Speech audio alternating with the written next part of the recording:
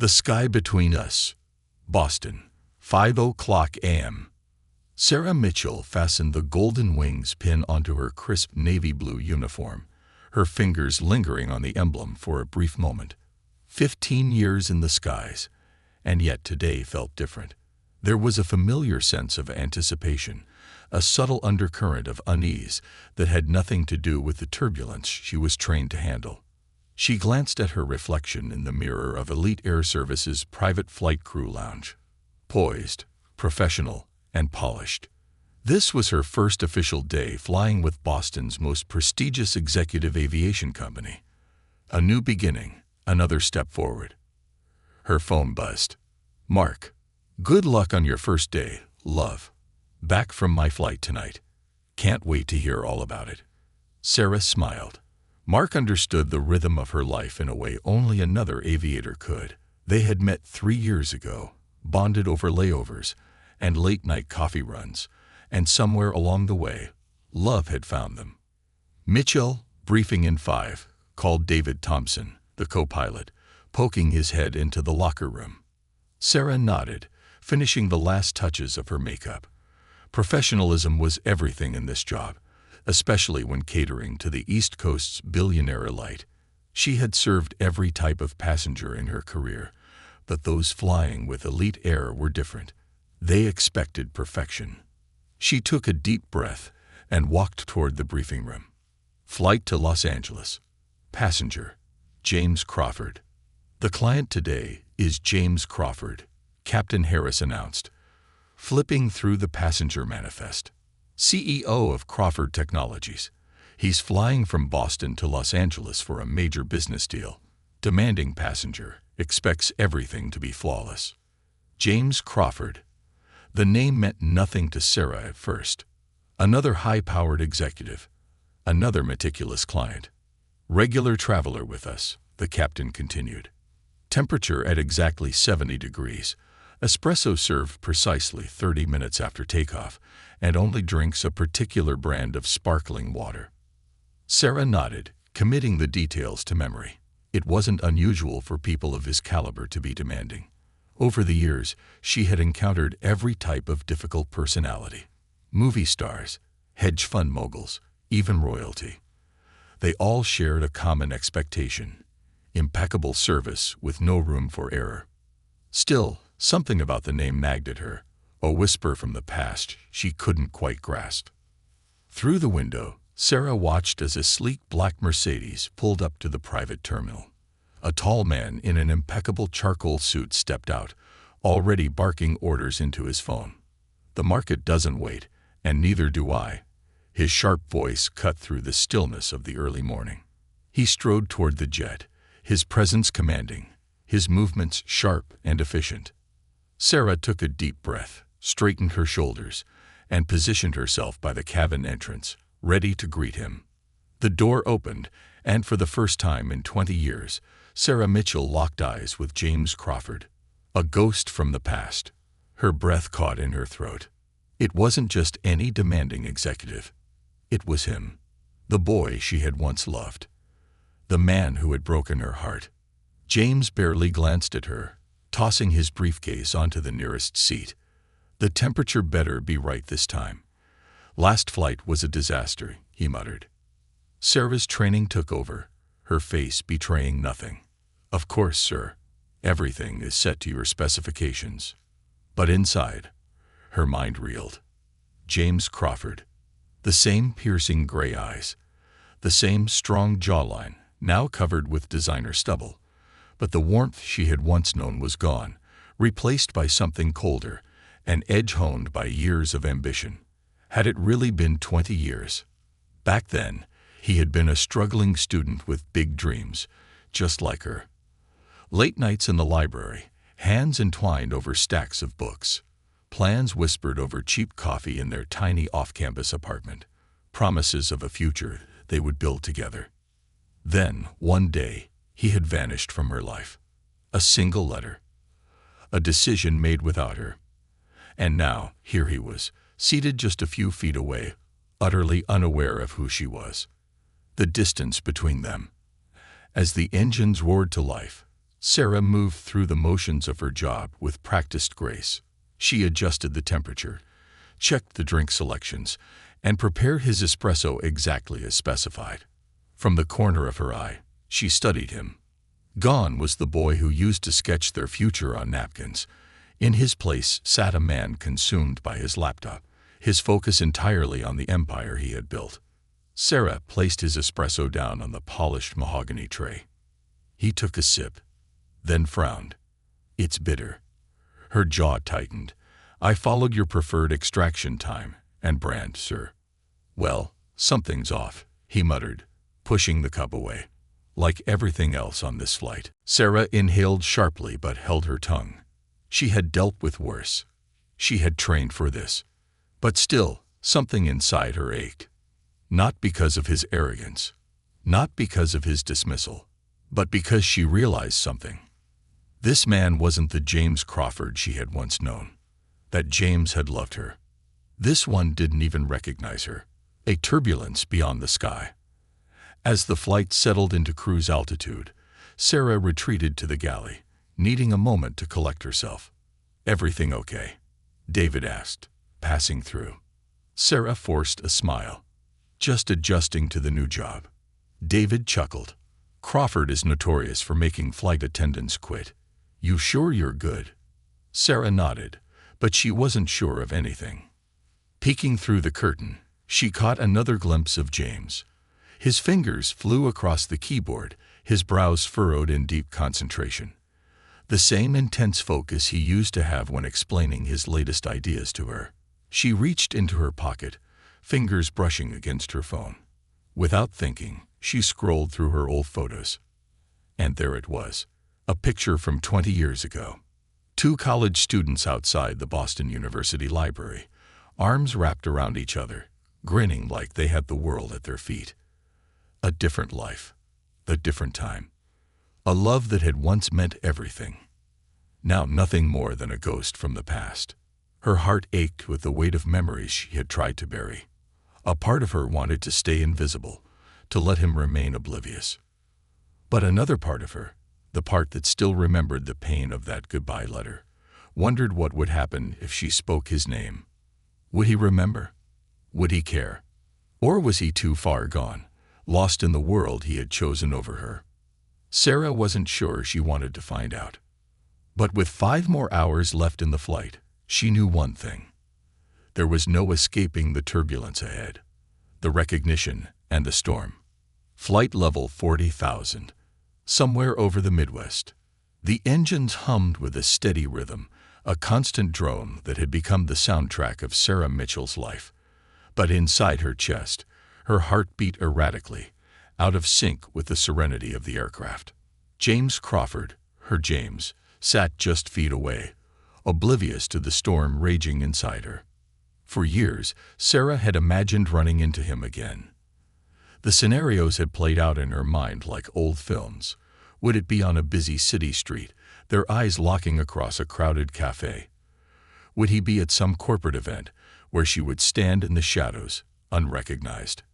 Would she even acknowledge him? But never had she imagined this.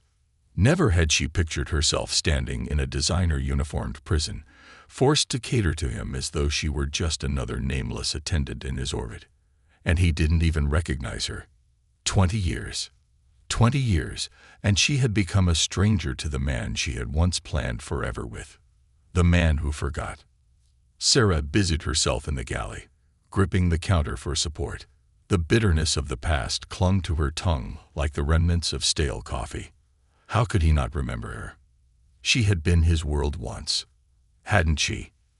They had studied together, dreamed together, even built visions of a future where her passion for psychology and his love for technology would intertwine into something extraordinary. But in the end, only one of them had stayed true to that dream. The other had left. Mitchell. Sarah jolted at the sound of her last name. David stood in the doorway, one brow raised. "Sorry. She forced a breath. "Did you need something?" David leaned against the galley wall, arms crossed. "I was about to ask you the same thing. You look like you've seen a ghost." Sarah let out a humorless laugh. Something like that. David glanced toward the first-class cabin, where James was immersed in his laptop, fingers flying across the keyboard. "Ah," he said knowingly. "So what's the deal?" "Ex-boyfriend." Sarah's silence was answer enough. David let out a low whistle. "Damn. The rich, arrogant kind, too. I knew you had good taste." Sarah shot him a glare, but the tension in her chest loosened just slightly. David had a way of making things seem less suffocating.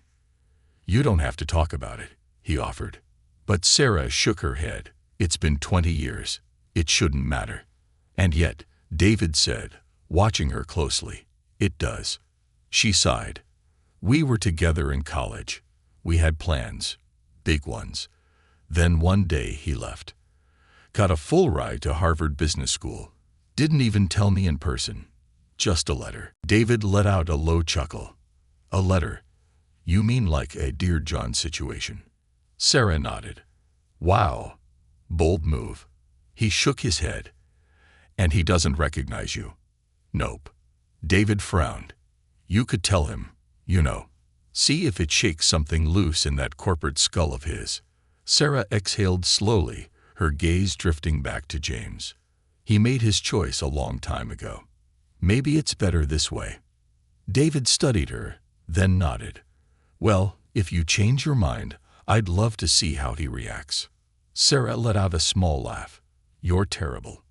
"I know." The storm approaches.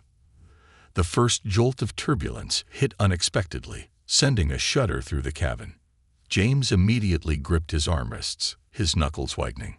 Sarah recognized the reaction instantly. He still hated turbulence. Some things never change. She stepped into the aisle, moving toward him instinctively.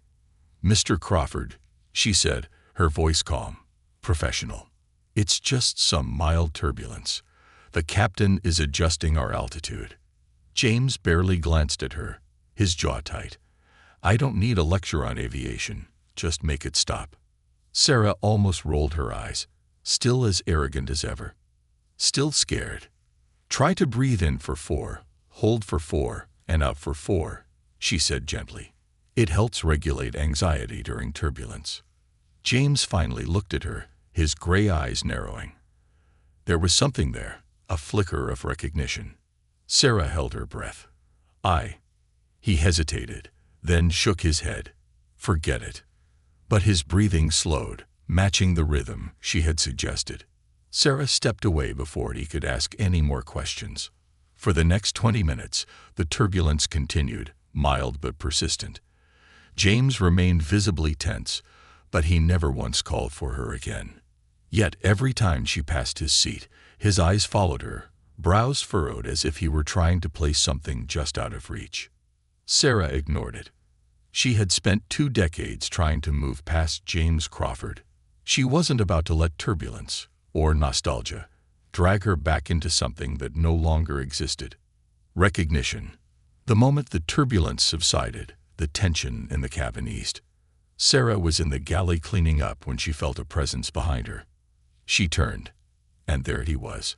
James Crawford, standing in the galley doorway, staring at her with an expression she couldn't decipher. "You knew," he said, his voice quieter than before, "about the breathing. The turbulence." Sarah met his gaze evenly. "I'm a flight attendant, Mr. Crawford. It's my job to help passengers through difficult flights." James studied her, something unreadable flickering across his face. "No," he said slowly. "It's more than that." Sarah's pulse quickened. He was close. So close. And then his gaze dropped to her wrist, to the silver bracelet, the one with the small compass charm, the one he had given her. James's breath hitched. He reached out, fingers hesitating before grazing the charm. This, his voice was barely above a whisper. This was. Sarah pulled her hand back. "It was a gift," she said evenly, "from someone I used to know." James stared at her, and for the first time, the polished arrogance slipped. A crack in the mask. A glimpse of something raw. Sarah, Her name left his lips in a whisper, as if saying it would confirm the impossible. Sarah's heart pounded, but she held her ground. "Yes, Mr. Crawford?" she asked, keeping her voice steady. James exhaled, raking a hand through his hair. He looked completely undone. He shook his head, as if trying to process it all. I didn't recognize you." "No," Sarah said, her voice soft but firm. "You didn't." A long silence stretched between them. James swallowed hard. "You," his voice faltered. "You still wear it." Sarah looked down at the bracelet, then back at him. And then, with careful precision, she unclasped it. She held it in her palm for a moment, feeling the weight of history in her hands. And then she placed it on the counter between them. "I think I've outgrown it," she said simply. James looked down at the bracelet, his jaw tightening.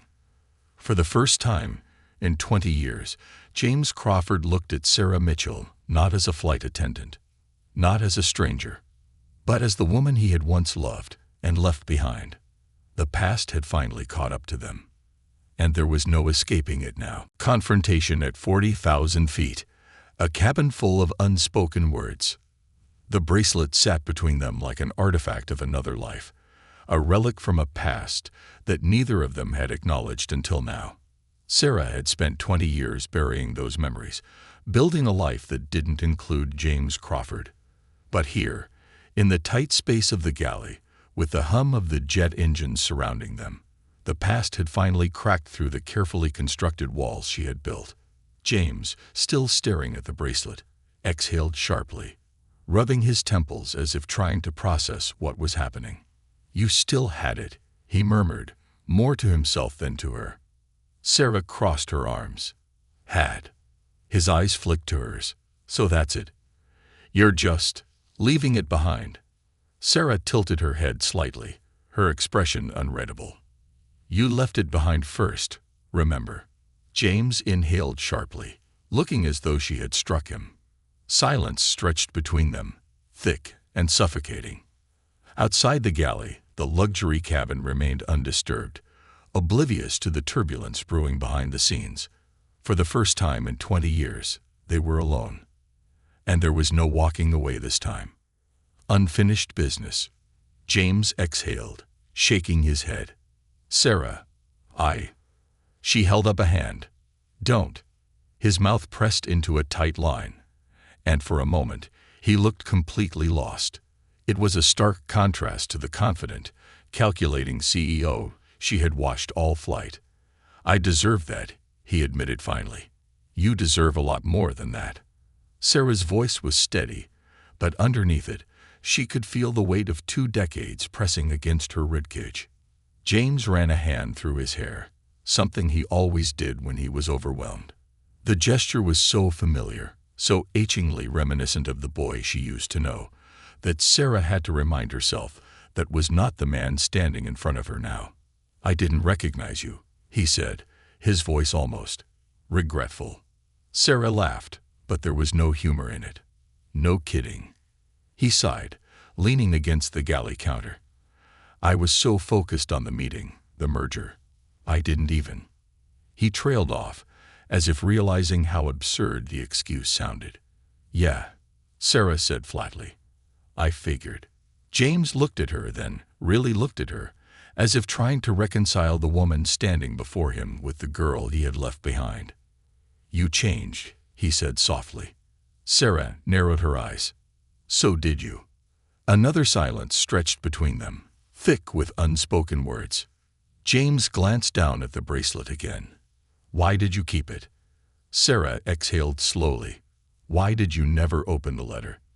His head snapped up, his expression shifting from regret to something else. "How did you?" "David saw the email," she admitted. "Your unopened Harvard letter. The one you sealed away." James looked away, his jaw tightening. "It wouldn't have changed anything." Sarah let out a sharp breath. "Wouldn't it?" His gaze met hers again, something raw flickering beneath the surface. "It was the hardest decision I ever made," he said quietly. Sarah clenched her fists, suddenly feeling like that 21-year-old girl all over again, reading his letter over and over, trying to understand why love hadn't been enough. "You didn't even give me a choice," she whispered. "You just decided." James's throat bobbed as he swallowed hard. "I thought I was doing the right thing. I thought." He stopped himself, exhaling roughly. "I thought you'd move on." Sarah let out a bitter laugh. "Oh, I did. But that doesn't mean you didn't break me first." He winced. "Sarah, Save it," she cut him off. "Whatever apology you've been rehearsing in your head. I don't need it. I don't want it." James stared at her, as if trying to find something in her expression that would give him an opening. There wasn't one. The illusion of closure. "You're engaged." The statement caught Sarah off guard. She blinked. "What?" James nodded toward her left hand. "Your ring. You're engaged." Sarah instinctively touched the diamond, twisting it slightly. "Yes, I am." James looked away, exhaling sharply. "He must be a good man." "He is," she said, her voice firmer than she expected. A humorless chuckle escaped James. "Better than me, I'm sure." Sarah tilted her head. "That's a low bar." James flinched again, but this time, he didn't try to argue. A long silence stretched between them. Then finally, he said, "Do you love him?" Sarah's breath caught. Did she? She opened her mouth, ready to say yes, but the word caught in her throat. She loved Mark, but not the way she had loved James. Not with that reckless, consuming, all-or-nothing kind of love that had defined her early 20s. Mark was steady, safe. James had been a wildfire. And maybe she had spent the last 20 years making sure she never burned like that again. Instead of answering, she stepped past him, picking up the bracelet from the counter. She looked at it for a moment, then held it out to him. "Here," she said. James hesitated before taking it. His fingers brushed against hers for the briefest second, and suddenly, it felt like they were back in that tiny off-campus apartment, laughing over instant noodles and whispering about the future. Except that future had never come. James looked down at the bracelet, his thumb tracing the small compass charm. "You don't want it anymore?" he asked, his voice quiet. Sarah inhaled sharply. "I don't need it anymore." James lifted his gaze, something unreadable in his expression. "Goodbye, James," she said softly. Then, before he could say another word, she turned and walked away. A flight that would end, a past that wouldn't. Sarah returned to the main cabin, her hands gripping the drink cart as she steadied herself. David passed by, throwing her a knowing glance. "So, that looked intense." Sarah exhaled. Understatement of the year. David smirked. "You okay?" She hesitated. Was she? She had spent years wondering what she would say if she ever saw James again. Now that she had, she felt lighter, like she had finally set something down that she had been carrying for far too long. She forced a small smile. "Yeah, I think I am." David nodded, then gestured toward the cockpit. "We land in about an hour. You should get some rest." Sarah nodded, but as she moved toward her seat, she felt James's eyes on her from across the cabin. She didn't look back. She didn't need to. Some turbulence wasn't meant to be navigated. Some pasts weren't meant to be rewritten. And some people, no matter how much they meant to you once, were never meant to stay. The landing and the goodbye that wasn't. A sky full of endings. The soft chime of the intercom echoed through the cabin. "Ladies and gentlemen, we are beginning our descent into Los Angeles. Please ensure your seatbelts are fastened and all electronic devices are set to airplane mode. Cabin crew, prepare for landing." Sarah barely heard the announcement. Her body moved on autopilot as she secured the cabin, ensuring everything was in place. But her mind was thousands of feet above, stuck somewhere between the past and the present, between a goodbye that had never been said and a future that suddenly felt uncertain. James Crawford sat in seat 2A, silent now, his phone dark, his laptop closed. The bracelet she had returned to him sat on the table in front of him. She hadn't looked at him since their conversation in the galley, and yet she could feel his presence, like a storm looming on the horizon. For the first time in years, she wasn't sure how she felt. The weight of unfinished business. David walked past her, throwing a glance at James before turning back to Sarah. "You okay?" Sarah nodded, though she wasn't sure she was telling the truth. David smirked. "You know, you don't have to lie to me. I literally saw you have a mid-air existential crisis back there."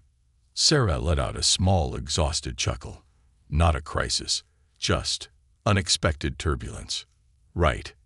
He crossed his arms. "Well, in my professional opinion, turbulence like that doesn't just go away when the wheels touch down."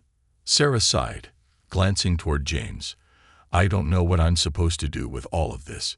He was a part of my past, but that's all he is now." David arched an eyebrow. "You sure about that?" Sarah hesitated. No, she wasn't. But before she could answer, the fasten seatbelt sign chimed again. She straightened, clearing her expression. "We land in 5 minutes," she said, her voice now perfectly professional. "Time to focus." David gave her a knowing look but didn't push. "If you say so." But even as she walked down the aisle to check the cabin, her hands clenched at her sides. She wasn't ready. Not for the landing. And not for the conversation she knew was coming. An unexpected offer. The wheels touched down with a soft screech, and the jet taxied smoothly toward the private terminal at Lax. Sarah unbuckled her harness in the jump seat, standing as soon as they reached the gate. The flight was over. Soon, James Crawford would walk off this plane and disappear back into his high-powered world. And that would be the end of it. At least, that's what she told herself. As she helped open the cabin door, James stood, reaching for his briefcase. Then he hesitated. Sarah turned, expecting him to walk past her without another word. Instead, he stepped closer. Too close. "Sarah." His voice was different now. Not the arrogant, sharp tone she had heard earlier. Softer. Uncertain. She swallowed hard. "Mr. Crawford, I hope your flight was satisfactory." His lips pressed into a thin line. "Really? That's how we're playing this?" Sarah didn't flinch. "You're my passenger. I'm your flight attendant. What else is there to say?" James exhaled slowly, looking down for a moment before reaching into his jacket. A sleek, cream-colored envelope. He held it out to her. "What is this?" she asked warily. He hesitated, then sighed. "A formal invitation. Crawford Technologies is hosting a gala next month. I want you to be there." Sarah blinked. "You? What?" He exhaled, rubbing the back of his neck. "I owe you a conversation. A real one. Not on a plane. Not in a galley. Face to face, with no turbulence in the way." Sarah stared at the envelope like it was a live grenade. "This isn't some grand gesture, Sarah," James added. I need to talk to you. No expectations, no pressure. Just you and me. One night." She shook her head. "James, this isn't a good idea." "Maybe not," he admitted, "but it's the truth." He pressed the envelope into her hand, his fingers grazing hers for the briefest moment. "Think about it," he said, his voice softer than she'd ever heard it. And then, without another word, he walked off the plane. Sarah stood there, gripping the envelope, watching as he disappeared into another black Mercedes. She should have felt relief. She should have felt closure. Instead, all she felt was something she couldn't quite name. A question without an answer. Well, that was dramatic. David's voice broke through her daze. Sarah turned, startled. "Were you eavesdropping?" David grinned. "Oh, absolutely. And I gotta say, that was a solid 5-star rom-com moment." Sarah rolled her eyes, exhaling sharply. "It's not a rom-com." "Really?" David crossed his arms. "Because from where I'm standing, you just got invited to a billionaire's gala by the guy who broke your heart 20 years ago. That's either a rom-com or a CW drama. Sarah groaned. I'm not going. David nodded, amused. Of course not. I'm not, she insisted. Sure, he said, smirking. So why haven't you thrown the invitation away yet? Sarah looked down at the envelope still clutched in her fingers. She didn't have an answer. A goodbye, that wasn't. That night, Sarah lay in her hotel bed, staring at the invitation on the nightstand. Mark had texted her. Mark, hope your flight was good. I miss you. Call me when you land. She hadn't answered yet, because right now, all she could think about was James. And the fact that, despite everything, despite all the closure she thought she had, this didn't feel like the end. It felt like the beginning of something else. And that scared her more than anything. The envelope that wouldn't disappear. Sarah sat on the edge of her hotel bed, the envelope still in her hands. She traced the elegant script on the front. Crawford Technologies' annual philanthropy gala. It was heavy, not just in weight, but in meaning. James Crawford wanted her there. Not as a flight attendant, not as someone passing through his life like turbulence. As someone who mattered. She exhaled sharply, placing the invitation on the nightstand, as though it might burn her fingers if she held it any longer. This was insane. Why would she even consider going? Because you still have questions. Because a part of you still doesn't have closure. Because when he touched your wrist today, you remembered everything. Sarah shook her head. No, she had made her peace with the past. She had moved on. Hadn't she? Her phone buzzed again. Mark, hey, everything okay? You never called. Guilt churned in her stomach. Mark was her future. Mark was stability. Mark was the reason she didn't look back. And yet here she was, staring at an invitation from the man who had once broken her heart, and for some reason, she couldn't bring herself to throw it away. A call she wasn't ready to make.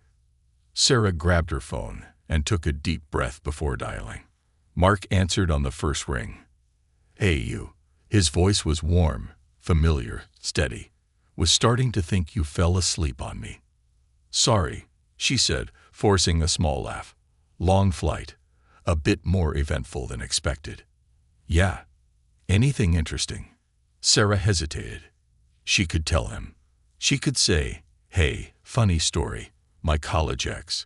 The one I never really talked about. Turns out he was my only passenger today. And now he wants me to come to his gala. But the words didn't come. Instead, she said, just a tough client. The usual high-maintenance executive type. Mark chuckled. I swear, sometimes I don't know how you deal with those people. I'd have lost my temper years ago. Patience, she said lightly. And a well-practiced smile. Well, that's why you're amazing, Mark said, his voice filled with admiration. Listen, I get back tomorrow night. How about I take you out to dinner? We haven't had a proper date night in weeks. Sarah swallowed. That sounds nice. Good, Mark said, sounding satisfied. I miss you. She felt her chest tighten. I miss you too. And maybe, in that moment, she meant it. Or maybe she just wished she did. The box in the closet. At 2 a.m., Sarah gave up on sleep. She turned on the bedside lamp and sat up, staring at the invitation again. Then, before she could talk herself out of it, she got up, crossed the room, and reached into her suitcase. Buried beneath her folded clothes was a small worn box, the one she hadn't opened in years. The one labeled BU Memories. Her fingers trembled as she lifted the lid. Inside, it was like stepping back into another lifetime. A faded concert ticket from a band they had loved. A matchbook from the tiny coffee shop where they used to spend late nights dreaming about the future. And at the very bottom, James's letter. She hadn't read it in years. She shouldn't read it now. And yet, she unfolded the paper, her eyes scanning the words she had once memorized like scripture. Dear Sarah, Harvard Business School offered me a full scholarship. This is my chance to make something of myself, to build something real. But to do that, I need to focus. I can't divide my attention, and I can't ask you to wait for me. You deserve more than that. More than late-night calls and empty promises. This is the hardest decision I've ever made, but I have to take this path. I hope you understand. James. Sarah clenched her jaw, gripping the edges of the letter so tightly her knuckles turned white. She had told herself 100 times that she was over this, over him. But tonight, in the dim light of her hotel room, she realized something she wasn't ready to admit. She had never really forgiven him. Not for leaving. Not for deciding their future without her. Not for taking everything they had built and walking away. And maybe, just maybe, that was why she still felt so unsettled. A decision she wasn't ready to make. Sarah stared at the invitation for what felt like hours. If she went, what would that mean? Would it be for closure? For answers? Or would it be the beginning of something she had no business reopening? She reached for her phone again, opening her messages. The cursor blinked. Mark, she typed. Then she deleted it. Her gaze flicked back to the invitation. And for the first time, she let herself wonder. What if she wasn't as over James Crawford as she thought? The gala and the truth that changes everything. The envelope that wouldn't stay shut. 3 weeks. That's how long the invitation sat on Sarah's desk, unopened yet undeniably present, like an unanswered question waiting for resolution. She had told herself she wouldn't go. She had convinced herself that James Crawford was her past, that nothing he said or did now could change the choices they had both made. And yet here she was, standing in front of her closet, fingers hovering over the deep sapphire gown she hadn't worn in years. A formal invitation. That's what James had called it. No expectations, just one conversation. Sarah had replayed those words too many times, trying to decipher the real meaning behind them. Did she owe him that conversation? Would it change anything if she went? Or was she only opening a door that was better left closed? A soft chime from her phone broke her thoughts. Mark. Mark. Hey, I made reservations for us tomorrow night. Can't wait to see you. Her stomach tightened. She hadn't told him about the invitation. Not because she was hiding it, but because she didn't know how to explain why she hadn't thrown it away. With a deep breath, Sarah picked up the envelope.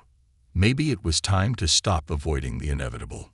Maybe it was time to see James Crawford one last time. The man in the suit and the girl he left behind. The Crawford Technologies Gala was exactly what she had expected. Excessive, extravagant, and brimming with people who carried wealth and influence like an unspoken language. Sarah had spent years serving these kinds of passengers in first-class cabins, but tonight she wasn't an attendant. She was a guest, and that made everything feel different. She stepped into the grand ballroom, her heels clicking softly against the marble floor. The chandeliers sparkled above her like captured starlight, the murmur of conversation mixing with the smooth melodies of a live jazz band. She should have felt out of place. Instead, she felt something else entirely. James had invited her here, and now she had to face him. Sarah, her breath hitched at the sound of his voice. She turned, and there he was. James Crawford, standing by the floor-to-ceiling windows, his charcoal gray suit impeccably tailored, his silver cufflinks gleaming under the lights. For a moment, neither of them spoke. Then James exhaled, his gaze moving over her as if trying to reconcile the woman before him with the girl he had once loved. "You came," he said, his voice quieter than she expected. Sarah nodded, her fingers tightening around the clutch in her hands. "You asked." James gave a small, almost uncertain smile. "I did." The moment stretched between them, filled with everything unspoken. Then, James gestured toward the balcony. "Can we talk?" Sarah hesitated, but then, with a small nod, she followed him outside. The conversation that was 20 years late. The cool Los Angeles breeze carried the scent of jasmine and ocean air, a stark contrast to the warmth of the ballroom behind them. James rested his hands on the railing, looking out at the city skyline before turning back to her. "I didn't think you'd come," he admitted. Sarah crossed her arms. "Neither did I." He let out a soft chuckle, but there was something else in his expression, something unguarded. "I owe you an apology," he said finally. Sarah tilted her head, watching him. "For what?" James exhaled. "For everything." A pause. Then, "For leaving." For the first time since she had stepped onto this balcony, Sarah felt the walls she had so carefully built start to crack. "I read your letter," she said quietly. "Too many times to count." James swallowed hard. "Sarah, you said you had to make a choice," she continued, her voice steady. "That you had to focus. That I deserved more." She took a step closer. "What you didn't say," she whispered, "was that I never got a say in any of it." James's jaw tightened. "I know." A pause. Then, "I was scared," he admitted. Sarah blinked. "Scared?" James let out a hollow laugh, running a hand through his hair. "I had this vision of my life, Sarah, of what I thought success looked like, and I was terrified that if I didn't give it everything, I'd lose my chance." He turned, looking at her with something raw in his gaze. "But what I didn't realize, what I was too much of a coward to face, was that by chasing that vision, I lost something else." Sarah swallowed, her chest tightening. "And what was that?" James held her gaze. "You." The word hung between them, fragile yet impossible to ignore. Sarah's fingers curled around the railing, her breath unsteady. "You walked away, James," she said, her voice softer now. "You didn't even give me the chance to fight for us." "I know," he said again, regret laced in every syllable. "And that's the thing I've regretted every single day since." Sarah let out a breath she hadn't realized she was holding. She had spent years imagining this conversation, rehearsing what she would say if she ever got the chance. And now, standing here, she realized something she hadn't expected. She wasn't angry anymore. She wasn't waiting for an apology. She wasn't waiting for him. She had spent years believing that James had taken something from her. But maybe, just maybe, she had always had the power to move forward, even without him. A goodbye that finally felt right. James studied her, as if searching for something. "Are you happy?" he asked finally. Sarah thought of Mark, of the life she had built. "I have a good life," she said honestly. James nodded slowly. "But is it the one you wanted?" Sarah hesitated, because for the first time, she wasn't sure how to answer. James took a slow breath. "Sarah, I know I can't change the past, but I don't want this to be our last conversation." She looked at him, really looked at him. And then, softly, she smiled. "It already is, James." He stilled. "What?" Sarah took a step back. "For years, I thought I needed this moment, that I needed answers." She exhaled, the weight lifting from her chest. "But I don't. Not anymore." James swallowed, something breaking in his expression. "You meant everything to me once," she said gently. "But I spent too long holding on to something that's already gone." James looked away for a moment, his fingers tightening against the railing. Then, when he looked back, there was something different in his eyes. Understanding. Acceptance. He nodded. "Okay." Sarah gave him one last, lingering smile. Then, without another word, she turned and walked away. This time, she was the one leaving. And for the first time, it felt like the right choice, a future she chooses for herself. The morning after goodbye. The Los Angeles sunrise painted the sky in delicate hues of gold and lavender as Sarah Mitchell stepped out onto the balcony of her hotel room. A fresh breeze carried the scent of salt from the Pacific, and for the first time in a long time, she felt something close to peace. She had done it.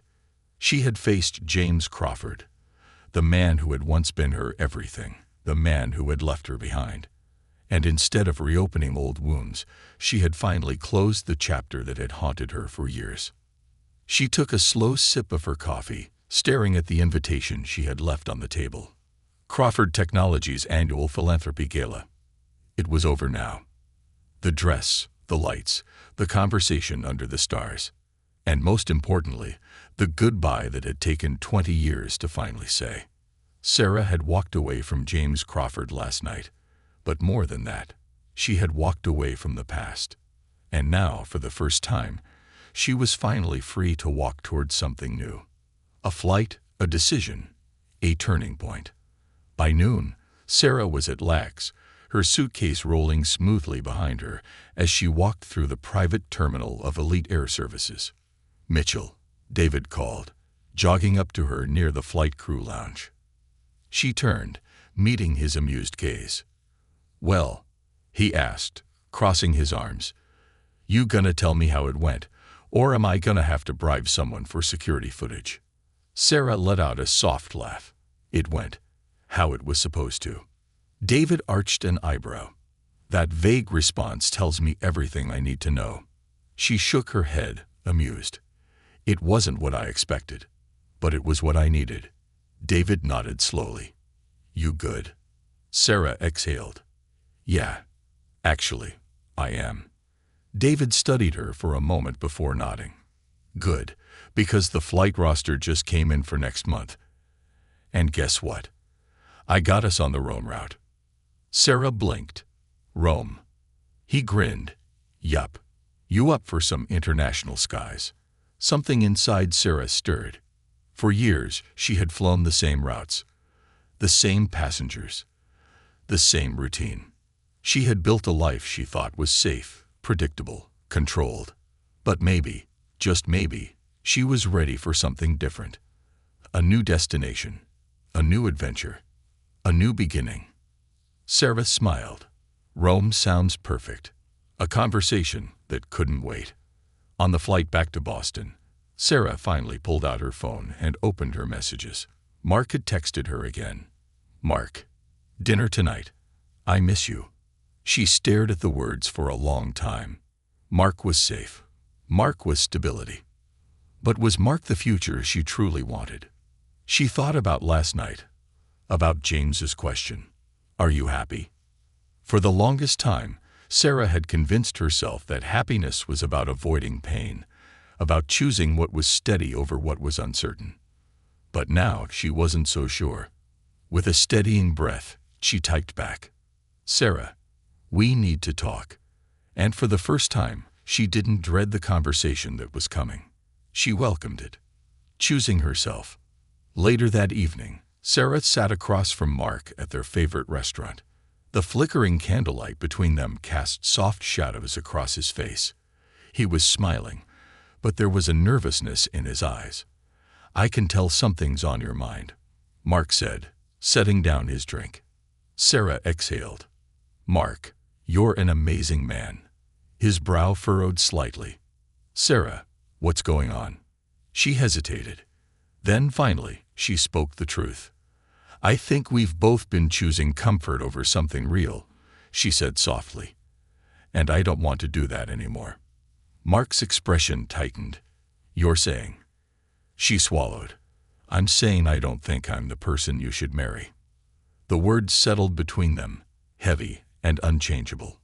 Mark exhaled, leaning back in his chair. He was quiet for a long time. Then he nodded. "I think I knew that too," he admitted. "I just didn't want to say it." Tears burned at Sarah's eyes, not from sadness, but from the relief of finally being honest, with him and with herself. They'd parted with kindness that night, as two people who had once meant everything to each other, but knew that their futures weren't meant to intertwine. It wasn't a painful ending. It was just the right one. A compass without a destination. 1 week later, Sarah was packing her bags for Rome when she found it. The silver bracelet. The one James had given her all those years ago. The one she had returned to him on that flight. And yet, there it was, tucked inside her suitcase. A small note was placed beside it. "Some instruments guide us home. Others remind us to keep going. This one belongs to you, Sarah. No expectations, no pressure, just a reminder that you'll always find your way. James." Sarah traced the compass charm with her fingers. She smiled. Not because she saw it as a sign to go back to James, but because, for the first time in years, she didn't need the past to tell her where she was going next. She was finally writing her own story, and she was more than ready for takeoff. End of Part 6. A future she chooses for herself. Epilogue. The sky belongs to those who dare to fly. 3 months later, Sarah stood at a cafe in Rome, sipping her espresso as she watched the early morning light spill over the ancient city. Her uniform was crisp, her heart was light, and for the first time in a long time, she felt entirely free. David slid into the seat across from her. "New route just came in," he said, grinning. "Paris next month. You in?" Sarah smiled, tilting her head toward the sky. The horizon stretched before her, endless and full of possibilities. She took a deep breath, the crisp air filling her lungs. Then, with a knowing smile, she answered, "Always." And with that, Sarah Mitchell stepped into her future, no longer looking back. Because some journeys aren't about finding where you belong. Some are about discovering you were always meant to fly.